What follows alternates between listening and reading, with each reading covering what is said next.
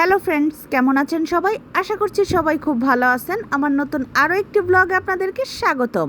তো বন্ধুরা, সকালবেলার যত বাসি কাজকর্ম ছিল সব কিছু শেষ করে এখন নাস্তা বানাতে চলে আসছি।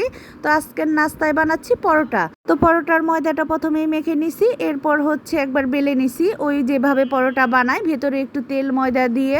তো এখন হচ্ছে আবার বেলে পরোটার ভিতরে কি দিচ্ছি চলুন আপনাদের দেখাই। প্রথমেই দিচ্ছি চিনি, এরপর দেব গুঁড়ো দুধ। তো গুঁড়ো দুধ আর চিনি দিয়ে পরোটা বানাবো, আর সাথে কিন্তু এমনি পরোটাও বানাই নিছি। এখন হচ্ছে চিনি আর গুঁড়ো দুধটা পুরোটা পরোটার ভেতর ছড়ায় নেব, যাতে করে পরোটার সব জায়গাতে গুঁড়ো দুধ আর চিনিটা লেগে থাকে। এখন চিনি আর গুঁড়ো দুধটা ভালো করে হাত দিয়ে একটু চেপে চেপে দিচ্ছি পুরোটা পরোটায়, কারণ এইভাবে করে একটু চেপে না দিলে যখন পরোটাটা ভাজ করব তখন হচ্ছে সব চিনি আর গুঁড়ো দুধ একটা জায়গায় চলে আসবে। তো গুঁড়ো দুধ আর চিনি কিন্তু বেশ অনেকটা পরিমাণেই দিছি পরোটার ভেতর, আর এইভাবে করে গুঁড়ো দুধ দিয়ে পরোটা বানালে কিন্তু বেশ ভালো লাগে খেতে।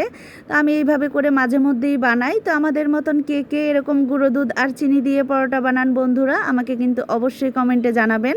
তো বন্ধুরা, আমার ভিডিওগুলো যদি আপনাদের ভালো লেগে থাকে তাহলে অবশ্যই লাইক, কমেন্ট, শেয়ার করতে ভুলবেন না। আমার ইউটিউব চ্যানেলটি সাবস্ক্রাইব করে দেবেন এবং আমার ফেসবুক পেজটি ফলো করে আমার পাশেই থাকবেন।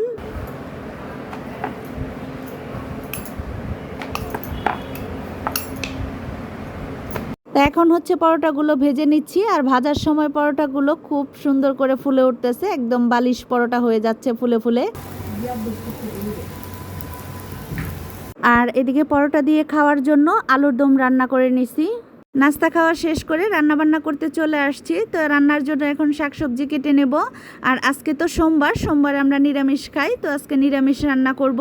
আর এগুলা হচ্ছে সেচি শাক। তো অনেকেই অনেক নাম বলে, আমরা সেচি শাকই বলি। তো এই শাকগুলো কিন্তু বাজার থেকে কিনে আনা হয় না, এগুলা হচ্ছে জমি থেকে তোলা শাক। তো একজন হচ্ছে আমাকে মাঝে মধ্যেই তুলে এনে দিয়ে যায়, আর এই শাকগুলো খেতে বেশ ভালো লাগে। সাথে আছে কয়েকটা মিষ্টি কুমড়ার পাতা, আর এদিকে চাল কুমড়া কেটে নিছি।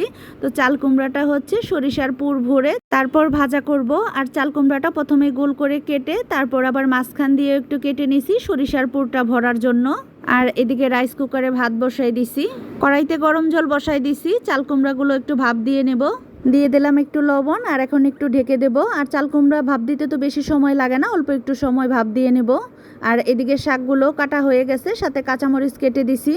তো এখন শাক ভাজি করার জন্য কড়াইতে তেল দিয়ে দিছি, আর কালো জিরা ফোড়ন দিয়ে দিলাম। তো এখানে শুকনা মরিচ ফোড়ন দিলে আরও বেশি ভালো হইতো, তো আজকে বাসায় শুকনা মরিচ নাই তাই আর দিলাম না। তো এখন কালো জিরা ফোড়ন দিয়ে শাকগুলো দিয়ে দিলাম,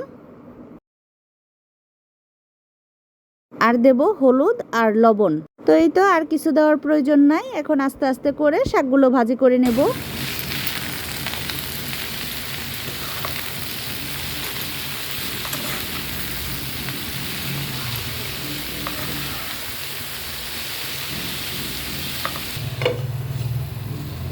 তো শাক ভাজিটা হয়ে গেছে, এখন নামাই নেব। আর শাকটা যখন রান্না করতেছিলাম তখন কিন্তু একদম কড়াইটা ভরে গেছিল, এখন কমে অল্প একটু হয়ে গেছে।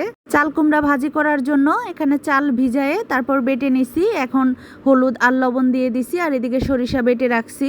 চাল কুমড়াগুলো তো আগেই ভাপ দিয়ে নিছিলাম, এখন হচ্ছে ভেতরে সরিষার পুর ভরে নিছি, এই যে এরকম করে প্রতিটাতেই ভরে নিছি। এখন হচ্ছে চালের গুঁড়াটা ভালো করে হলুদ লবণ দিয়ে মেখে নিছি, আর চাল কুমড়াটা এইভাবে করে ডুবাইয়ে তারপর ভেজে নেব। তো এই তো সবগুলো চাল কুমড়া ভাজতে দিয়ে দিছি, আর এই চাল কুমড়া ভাজি হলেই আজকের মতন আমার রান্না বান্না শেষ।